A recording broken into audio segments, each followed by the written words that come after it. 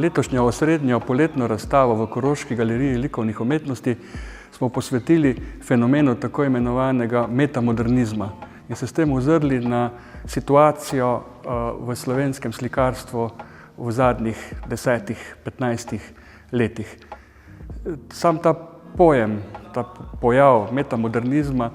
je bil na široko obdelan pri slovenski literarni kritiki, medtem ko je likovna kritika več ali manj ta fenomen, ta pojav zaobšla. Mi smo se seveda tega lotili na tak način, da smo odškrnili vrata v to široko polje tega novega stanja duha na začetku 21. stoletja in smo se ozrli predvsem k slikarjem, ki vztrajajo pri figuraliki. Gre predvsem za generacijo slikarjev, slovenskih umetnikov, ki so ob koncu 80. let nasledili generacijo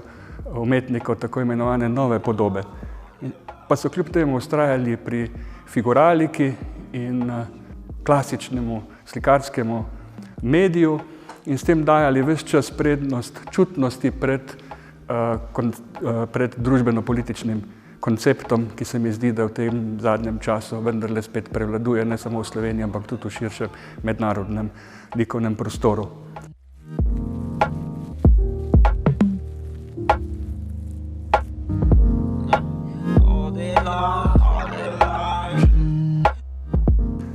Izhodišče naše razstave je bila tudi slika, ki jo hranimo v naši stalni zbirki, in sicer delo Marka Šuštaršiča iz leta 1974 z naslovom Romantična pokrajina. Slika sodi v njegovo zadnje obdobje famoznih zelenih pokrajin, ki jih je sam Tomaž Brejc v svoji znameniti knjigi Temni modernizem krstil za nezaslišane zelene pokrajine, za neke nadrealistične, fantastične pokrajine, ki se mi zdi, da so bile eno dobro izhodišče tudi za ta pregled avtorjev, ki smo jih mi uvrstili v ta naš izbor. Sam ta poudarek Brejčev v zvezi s Šuštaršičem o njegovih nezaslišanih zelenih pokrajinah nas je napotil tudi na sam naslov razstave. Nezaslišani svet, ki ga imam v glavi. Naslov razstave smo povzeli po znamenitem citatu Franza Kafke, ki nekako osmišlja domišljijo kot tisto centralno izhodišče umetniškega ustvarjanja in predvsem poudarja, da tisti pravi umetniški in ustvarjalni vzgib se pravzaprav skriva v umetnikovi zavesti in predvsem v njegovi podzavesti, se pravi, da svet okrog sebe najboljše vidi za široko zaprtimi očmi.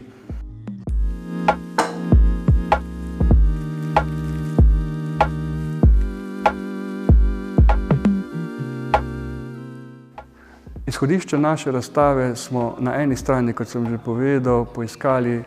v delu Marka Šuštaršiča in njegovi sliki iz leta 1974. Nekako drugo izhodišče v razstavi, ki je tudi vsebinsko centralno postavljeno v ta naš razstavni prostor, pa je slika Metke Kraševec, njen znameniti avtoportret iz zbirke Moderne galerije. Predvsem tudi zato, ker se mi zdi, da njeno delo predstavlja vez na eni strani z novo podobo in tistim obdobjem v slovenskem slikarstvu, ki nas je neposredno povezalo, takrat morda prvič sploh z aktualnimi tokovi v evropskem in tudi svetovnem prostoru. Na drugi strani pa je Metka Kraševec za večino teh slikarjev in slikark, ki smo jih uvrstili v našo razstavo, tudi povezana kot karizmatična profesorica na Akademiji za likovno umetnost v Ljubljani. Večina teh, ki so tukaj le s svojimi deli, je pri njej bodisi diplomirala ali pa nadaljevala na podiplomskem študiju. Na nek način pa je uvrstitev njene slike tudi poklon njenemu delu, zdaj ob tako rekoč obletnici njene smrti.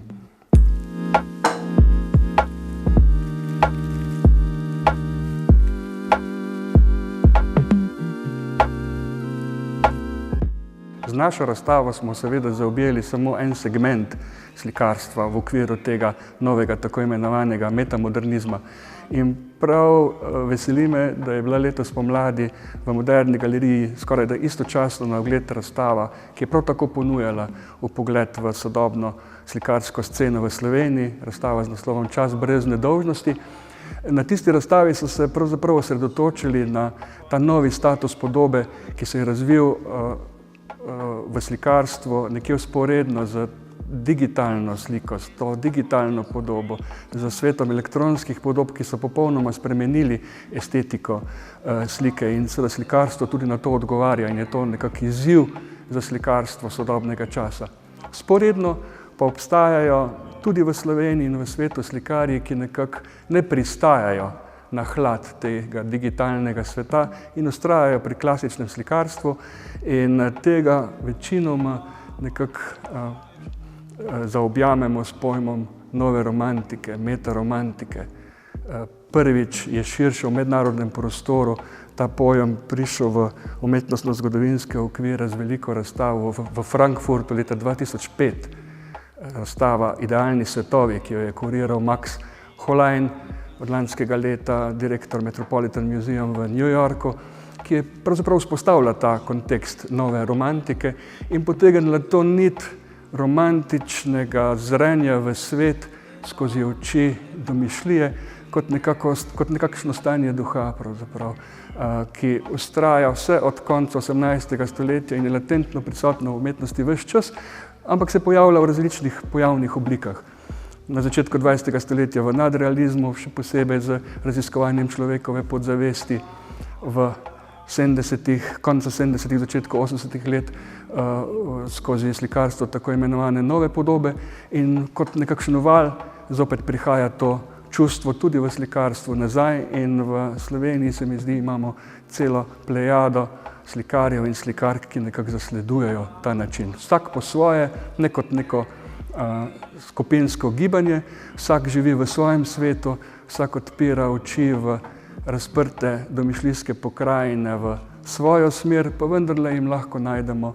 skupni imenovalec. Teh avtorjev je pravzaprav, ko smo mi raziskovali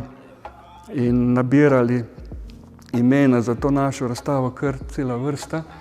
Mi smo na koncu izbrali 16 slikarjev in slikark in zaradi konfiguracije razstavnega prostora v razstavo uvrstili tudi 2 videodeli Nataše Prosenc,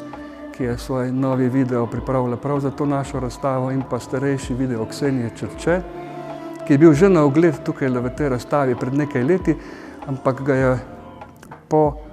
takratni razstavi še nadgradila in ga zaokrožila in ga sedaj tule v naši razstavi vidimo v dodelani končni obliki. Oba videa sta pa izrazito vizualna, pravzaprav nekako nosita v sebi nekak slikarski naboj in se mi zdi, da ustrezno zaokrožita to našo razstavo.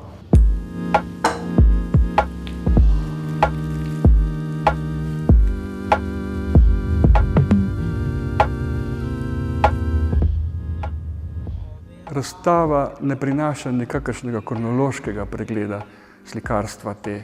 zdaj poimenovane nove romantike, metaromantike v slovenskem prostoru v zadnjih 10-15 letih, v katerih je nastala tudi večina teh del, ampak smo nekako skušali narediti avtorske predstavitve zaokrožene, kjer ima vsak avtor svoj kotiček, v katerem je z velikimi formati, ki poudarjajo to čutnost, čutni inkarnat slik, v bistvu to fizično prisotnost slik v svoji polnosti. Kljub temu pa bi lahko rekli, da smo nekako vendarle na začetek razstave postavili 2 sliki iz leta 1993, slikarja Roberta Lozarja, obe dve z sicer angleškim, ampak zelo povednimi naslovi. Prva ima Fly, Fly Away, druga ima naslov From the Land Beyond, Beyond in že sami naslovi pravzaprav vzpostavljajo in poudarjajo že takrat v začetku 90. let to hrepenenje pravzaprav po domišljijskih svetovih, ki so na nek način eskapizem, beg pred resničnostjo te družbene stvarnosti, v kateri najbrž v ta trenutek skoraj noben od nas, še najmanj pa umetnik, ni zadovoljen. Po drugi strani je pa takrat v začetku 90. let Robi Lozar vnesel nek čutni inkarnat v sliko in nek sublimen pogled v pokrajino, In te dve njegovi sliki, ki sicer stojita čisto izolirano znotraj njegovega opusa, so vključili tudi nekateri drugi pregledi slovenske umetnosti, tako recimo leta 1998 ena izmed teh dveh slik v svoj pregled in tudi v knjižno izdajo uvrsti Andrej Medved, se pravi v knjigo Sublimno in romanticizem v slovenski umetnosti, ki že nekako nakazuje to smer, ki smo jo zasledovali tudi mi v tej razstavi, čeprav se je on takrat leta 1998 osredotočil predvsem še na modernistično abstrakcijo, se pravi na tisto sublimno, ki nekako zasleduje tradicijo ameriškega abstraktnega ekspresionizma, tudi v slovenske umetnike nekako zaobide figuraliko.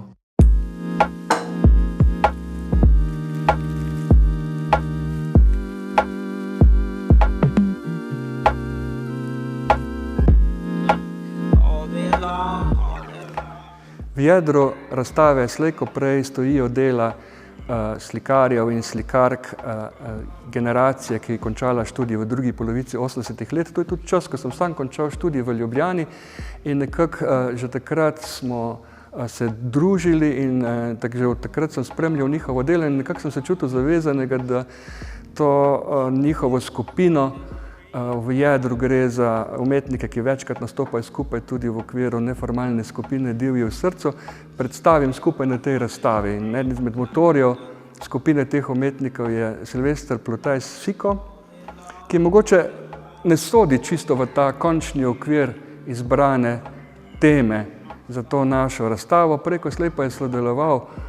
tudi pri pripravi te razstave, ki je vendarle nastajala kar nekaj let, ko smo skupaj razmišljali, kako uokviriti eno